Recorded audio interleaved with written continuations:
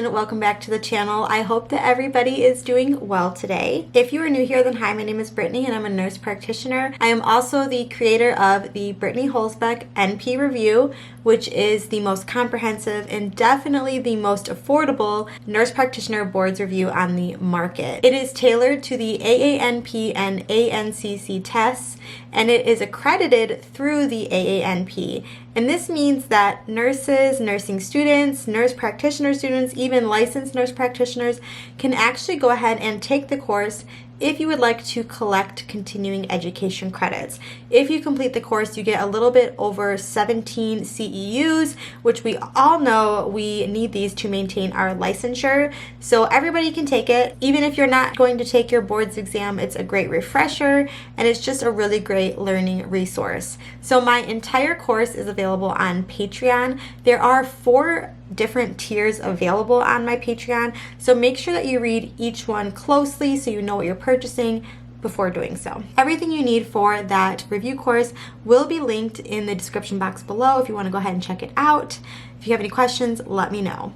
Okay, so now that we got that out of the way, for today's video, we're going to be talking all about 10 drug classes that you absolutely must know before going to take your boards exam. And so the way that I'm going to present this video to you is that I'm going to list off these 10 drug classes, and with each drug class I'm going to share with you 1 or 2 facts that you absolutely need to know about these drug classes, kind of like hot topics for the boards exam. I think this is going to be a really great study tool for you guys, but before I get into it, if you could do me a really quick favor, go ahead and like the video and subscribe to the channel. It is a free way to help me out and support this channel, and I really appreciate it. Alright, so let's just get into the first drug class that you absolutely need to know before taking your nurse practitioner boards. Okay, so the first drug class you absolutely need to know is going to be ACE inhibitors, and that is the angiotensin converting enzyme inhibitors, and that is a first-line agent for the treatment of hypertension. And so a couple of things that you need to know about this drug class.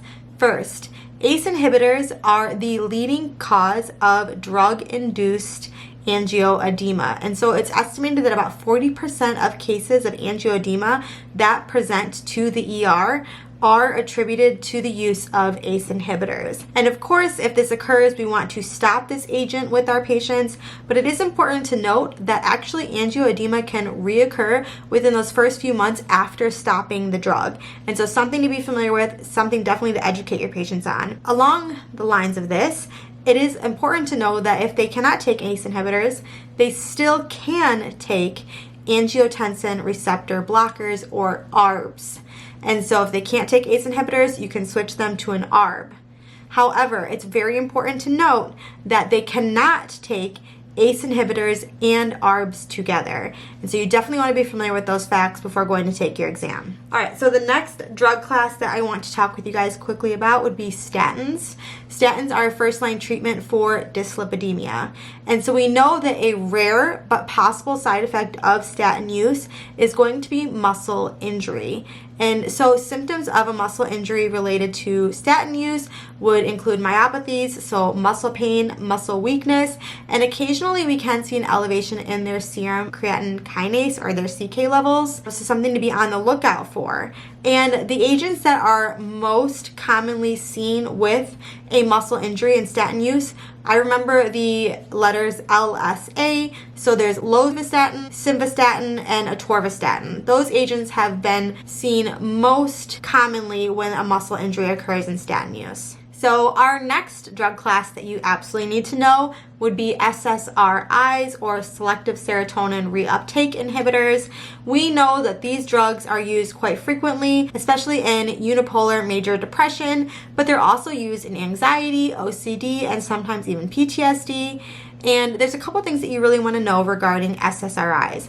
One big one being that there is a concern for something called serotonin syndrome. Again, this is just a safety thing, a big red flag that we want to be familiar with. It doesn't happen quite frequently, but something you want to have on your radar for your boards and of course when you enter into practice again. So anytime that we either start a serotonin agent or we're changing a dose, Typically, if serotonin syndrome is going to occur, it's generally within those first 24 hours. And so symptoms of serotonin syndrome include tachycardia, hypertension, hyperthermia, agitation. Sometimes they can have muscle rigidity or clonus. And so if you're seeing a patient presenting with these symptoms, you definitely, of course, always want to look at their meds. You're looking at the whole picture. So if they've recently started some serotonin agent or if they've changed their dosing, then serotonin syndrome should be on your differential. A big one that you need to be familiar with is combining these SSRIs with another drug class with serotonergic activity, such as MAOIs, or the monoamine oxidase inhibitors, that will increase the likelihood of the development of serotonin syndrome. So you do not want to combine SSRIs with MAOIs because there is an increased risk for serotonin syndrome, which is a medical emergency. Okay, so the next drug class that you need to be familiar with would be direct oral anticoagulants, or DOACs, which I think is kind of funny to say. And so we know this is used in the treatment of VTE, so that's venous thrombus, either prophylaxis, or it can be used in the treatment of a thrombus, or it's used in ACS or acute coronary syndrome, and also in atrial fibrillation. So a lot of different indications for direct oral anticoagulants. So it's important to know with these drugs the contraindications. A big one being that patients with a mechanical prosthetic heart valve do not take these oral anticoagulants.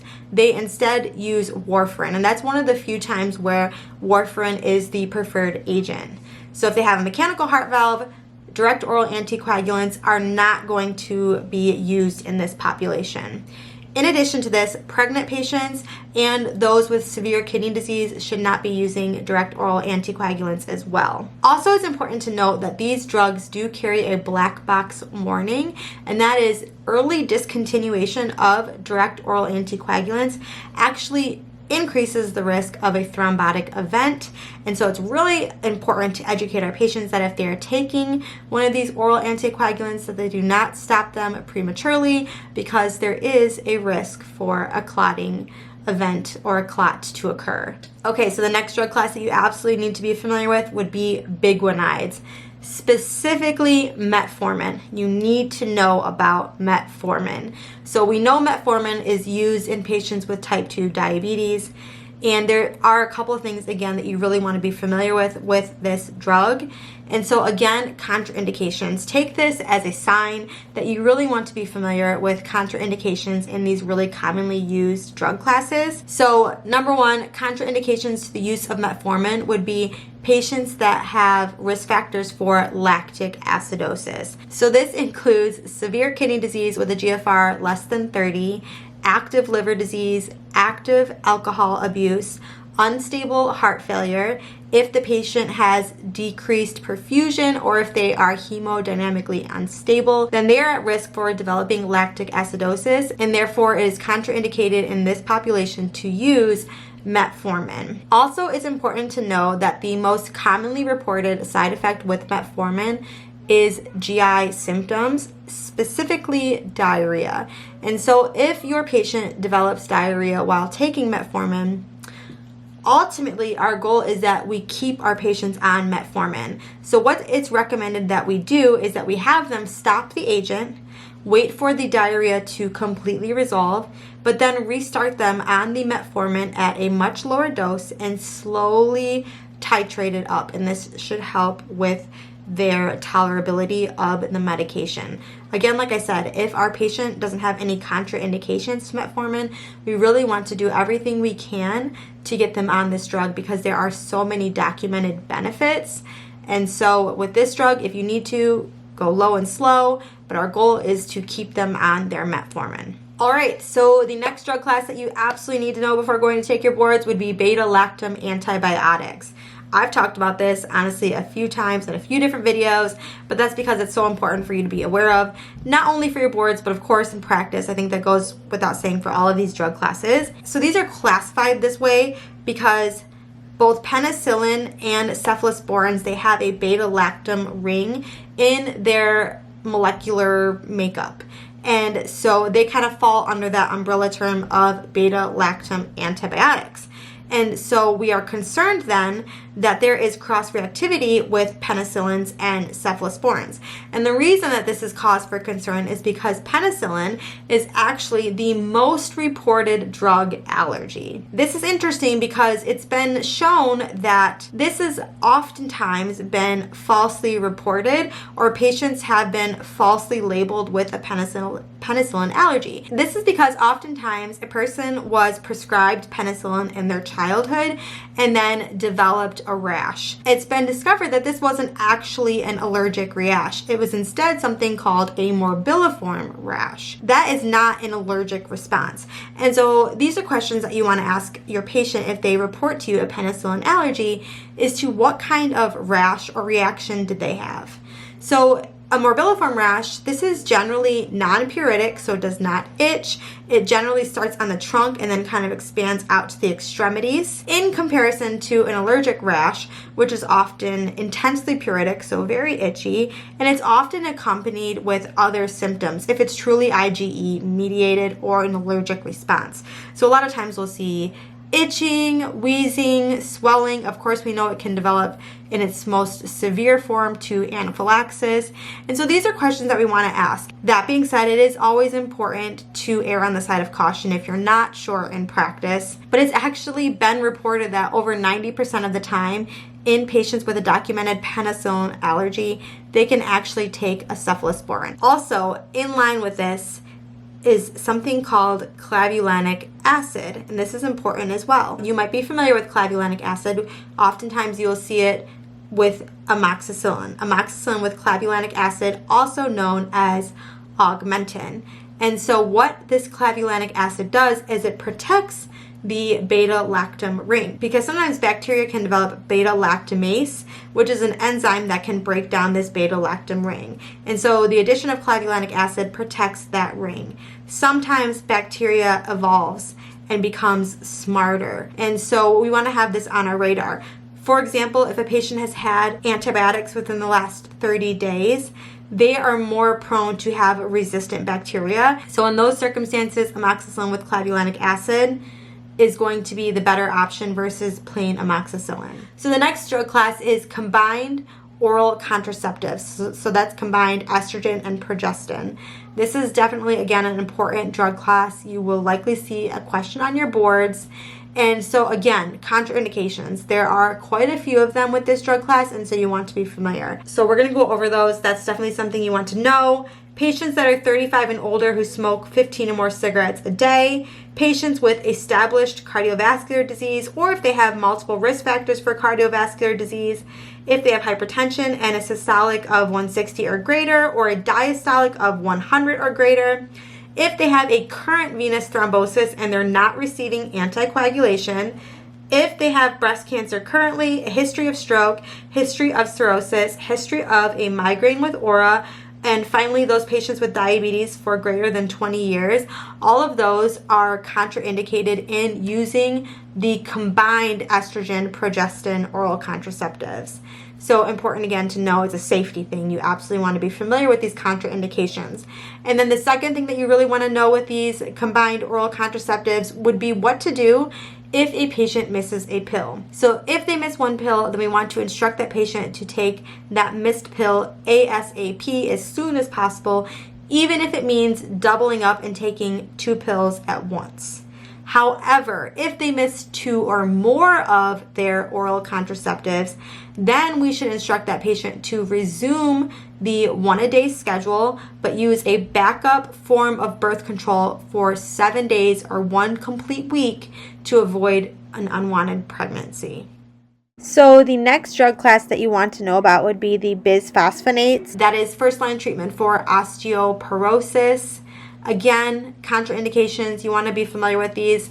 Anyone that has esophageal disorders, so varices, strictures, Barrett's esophagus, or if they're unable to sit up right for 30 minutes because we're concerned, again, for their integrity of their esophagus. I'm not sure what happened with the video here, but the other fact that I wanted to include about the bisphosphonates was that it's used in both the treatment of osteoporosis, but also in the treatment of osteopenia if the patient is at a high risk for developing a fracture. And so some examples of risk factors for developing a fracture would be advanced age, if they have had a previous fracture, if they've had glucocorticoid therapy, specifically chronic glucocorticoid therapy, if they have parental history of a hip fracture, if they have low body weight, current cigarette smoker, excessive alcohol consumption, and if they have rheumatoid arthritis. So then in those circumstances, if they have osteopenia, which I listed the T-scores here for you, then bisphosphonates are also going to be used as a treatment. And then the last drug class are PPIs, and that is the proton pump inhibitors. We know that these are used in gastroesophageal reflux disease. It's used in peptic ulcer disease. It's used in Barrett's esophagus. Lots of different indications for PPIs in a drug class that you do want to be familiar with. So oftentimes in GERD, or that gastroesophageal reflux disease, PPIs are actually going to be the second line of defense if the H2 blockers are ineffective in treating their symptoms. So if the H2 blockers are ineffective, then we usually trial the PPIs. And in the setting of GERD, we usually only want to be using the PPIs for about 8 weeks, and then we actually want to get them off of the drug, and we will slowly taper that medication. And you'll see this in practice a lot. A lot of times people will be inappropriately on PPIs for a very extended amount of time. And really that's something to be aware of in practice and in boards, again, because there are side effects with long-term use of PPIs. One time though in particular where patients should be taking PPIs indefinitely would be in those patients that have Barrett's esophagus or severe esophagitis. In those circumstances, patients do take a daily PPI for the rest of their life. So something to be familiar with, again, for your boards exam and for practice. Okay, so I think that's going to be it. That's 10 drug classes you absolutely need to be familiar with before you go take your boards and in practice. Very applicable. Let me know if you have anything to add. I wanted to keep this brief, so it's just something useful for studying if you're going to take your boards. But yeah, let me know if you have anything to add or if you have any questions. Again, if you're interested in my review course, everything will be linked in the description box below. Otherwise, I think that is going to be all for today's video. I hope you guys are having a great day wherever you are. We are warming up here. We're coming out of our seasonal depression or seasonal sadness. I know I am. And yeah, so other than that, I wish you guys nothing but the best. Don't forget to learn something new every day, and I will talk to you soon. Bye, guys.